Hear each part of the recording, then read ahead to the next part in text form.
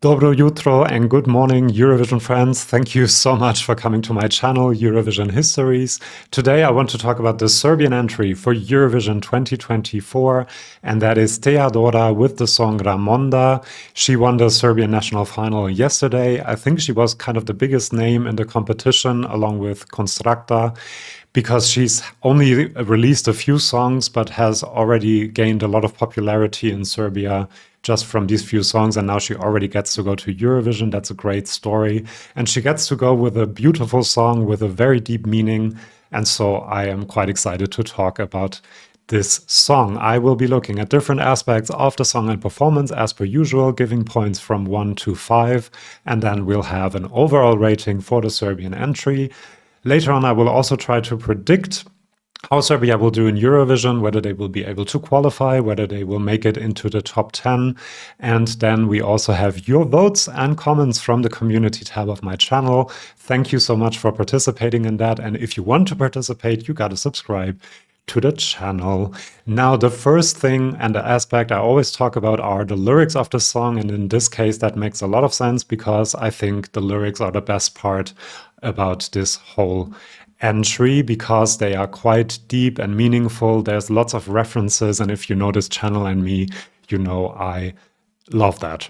So the title of the song is Ramonda, and what is Ramonda? Ramonda is a flower that can be found in Serbia and in neighboring countries.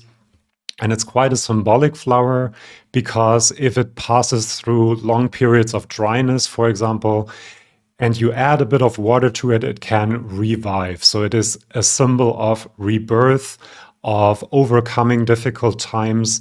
And in Serbia, it is also a symbol of the armistice after World War I. So I think the lyrics can be read as a national story in a way of overcoming difficulties, but also a personal struggle that is being overcome.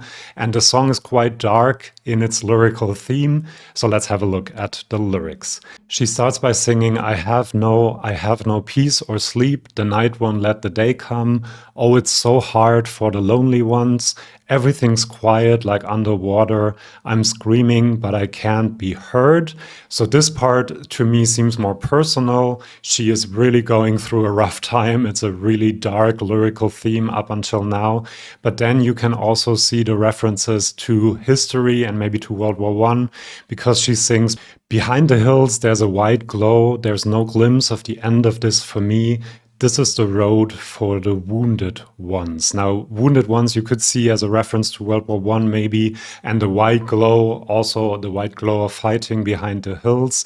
But you can also see it as a personal struggle that she is going through. She feels wounded and she sees maybe a white glow of hope even. So you can have different interpretations of the lyrics, and I quite like that. And then it continues, and there's no one there to guide me to the bright star Danica. And Danica is the morning star in ancient Slavic mythology. So she's kind of waiting for the day to come, but doesn't have anyone to guide her there. And I really love that part of the lyrics as well, that there's a reference to mythology as well. The world is on fire, every flower is on fire. Where have all the lilac Ramondas disappeared to? So all the Ramondas are gone. The symbol of rebirth and of overcoming your struggles are not there. All the flowers are on fire. The whole world is on fire.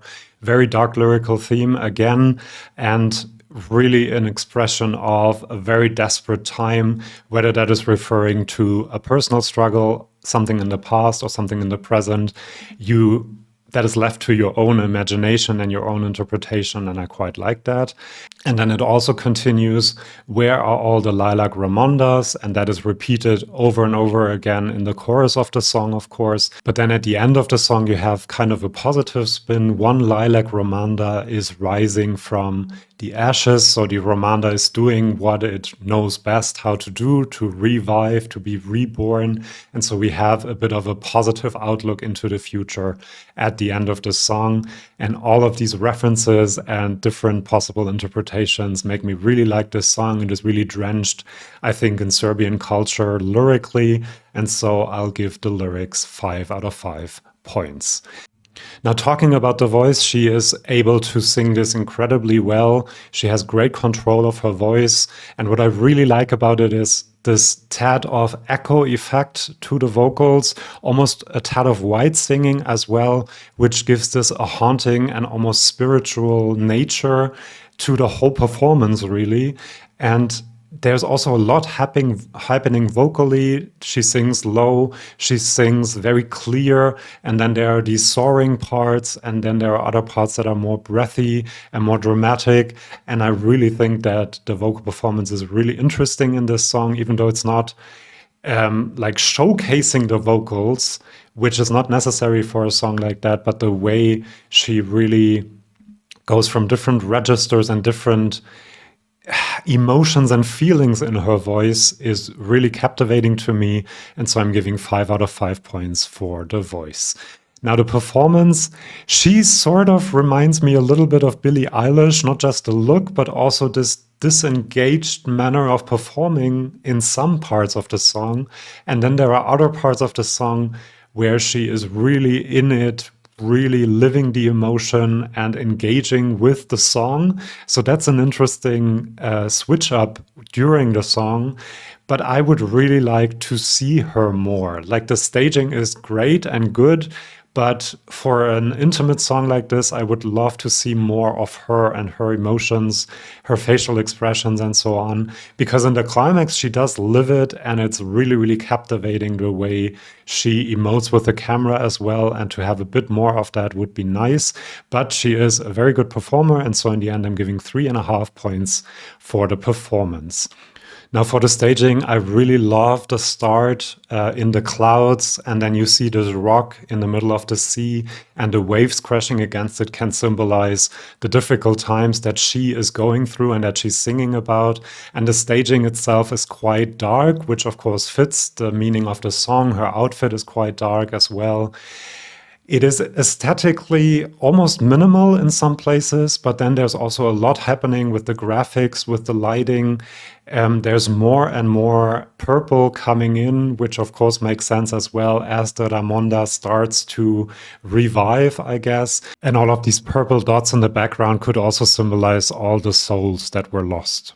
And the Ramonda at the end we have in the background is also beautiful and very meaningful to the song, and I like that a lot. I also love the silhouettes we have throughout the performance, which are visually very impactful. What I do think is that sometimes there's a bit too much happening, like with the strobe effects during the climax of the song. I would tone that down a little bit because it doesn't quite fit the feeling I have with the song.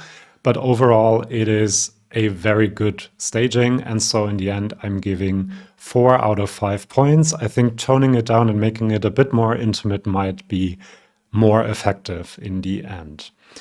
Now, for the song, I love the traditional instruments you can hear at the beginning and the very minimal piano you also have at the beginning of the song. It really creates an atmosphere. It's dark, it's slow, it's minimal and quite low also, the register and the vocal performance.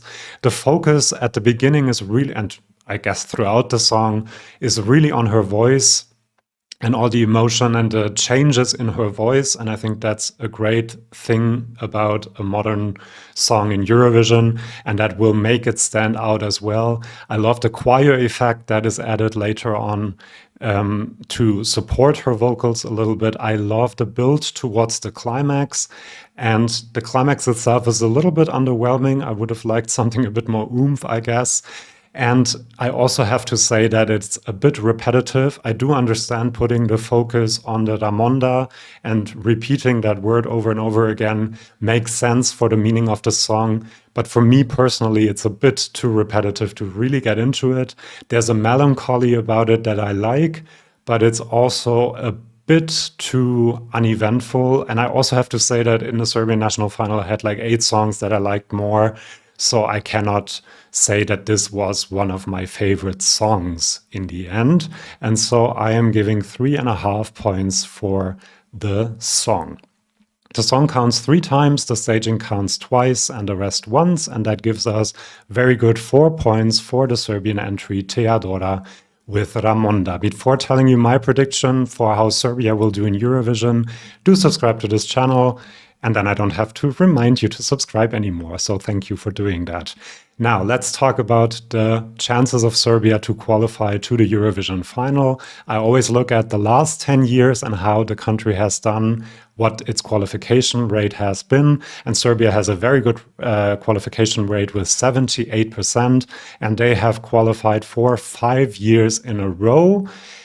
And they are in semi-final 1 in the first half. For a slow song like this, a ballad, the first half is not as great because you need to be remembered, and a ballad like this, especially one that builds so slowly, might have a bit of trouble.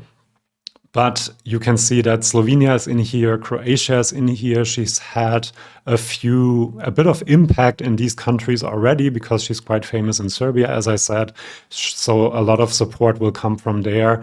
And it is also just a very good song. And if you look at the other songs that are in the semifinal, it will kind of stand out as well for being one of the only ballads, really. I think Ukraine is the only other ballad we have until now. And so that will make it stand out. And if we look at the countries, I think Cyprus will have trouble qualifying, probably Iceland, maybe Moldova. And so I really can't see Serbia not making it. And so my prediction is that Serbia will qualify to the final. Now let's look at my prediction for the final, split that into jury and televote. I think the jury will place this 5th to 12th. I think they will really appreciate the vocal performance, the toned downness of it all. But the problem with the juries is that they usually prefer English songs and more mainstream pop songs and ballads. And this one is a bit special, which makes me like it, but the juries might not go for it as much to put it into the top 5. And then the televote, I put it 9th to 14th because we already have a lot of songs that I think will do better in the televote than this one. I think it will get a lot of support from neighboring countries and also from the diaspora because of her status and because of the message of the song, which diaspora voters will understand. But overall, I don't think a lot of televoters will go for this outside of this group. And so my prediction overall for the final would be 7th, lower top 10 to 13th. I don't think it will do much worse than that. Let me know in the comments what you think, what your prediction is. And before I let you go, I also have your votes from the community tab of my channel. 36% of you gave it 5 stars and love it, 26% 4 stars, 24% 3 stars, 10% 2 stars, 5% 1 star, so we're kind of in agreement, and I think a lot of you really, really like this song. It is not as overwhelming as Rim Tim Tagidim, for example, but a lot of you do appreciate it. Let's also look at some of your comments. Jazz the Jazz says, she is so successful, her first song gained so much popularity, and her second song gets to go to Eurovision. I'm so happy and rooted for her the whole time. Serbia never disappoints. Is this really only her second song? That is really impressive. Chichi Bigo says, it's been growing on me, but I am just not seeing what other people see in it. And then Andy's Fox says, I am so puzzled right now how this slow, boring and meh song won, and what is the hype about it? There were much better songs than this. Unbelievable. So you see lots of different opinions about this song as well. And then Office Game Cafe says the song has a beautiful meaning, but viewers on the night will not understand it. While the melody is haunting, it doesn't build to a memorable climax. Haunting is a very good way to describe the song as well. And the problem with the message might actually be true because the staging also, well, it kind of helps you understand that it's about a very dark theme, but you don't really know what exactly is going on, I guess. And then Pompeia says, nice song, it gives me some Enya vibes. Yeah, that's also true. With a good intimate staging, it could do well, but I'm not crazy about it. So I guess they would change it to a bit of a more intimate staging, which, yeah, I think would make sense. As I said, I would tone down a few things. And then Arlo K says, I love it so much. It didn't grab me at first, but it's so gentle and vulnerable. 2 more great ways to describe this song that it got stuck in my head after the next listen. I love the reference to a lilac and the visuals. And then Stonebrook says, gorgeous, straight into my top 10. I love this song, 5 stars. There's room for improvement with the staging, but they have a good foundation to work with. I'm so happy this won. Yay. I'm happy for you that you're happy. And then STEW says, it's steeped in national pride and identity as well as beautiful imagery. Other than it not being that vocally remarkable, I'd say it's perfect for Eurovision, 4 out of 5 stars. Perfect for Eurovision is a good way to end this video, I think. Thank you for your comments. Please do let me know in the comment section of this video what you think about the song and the performance and how you think Serbia will do in Eurovision. And please do subscribe, and then I'll see you for my next video. See you then, and bye-bye.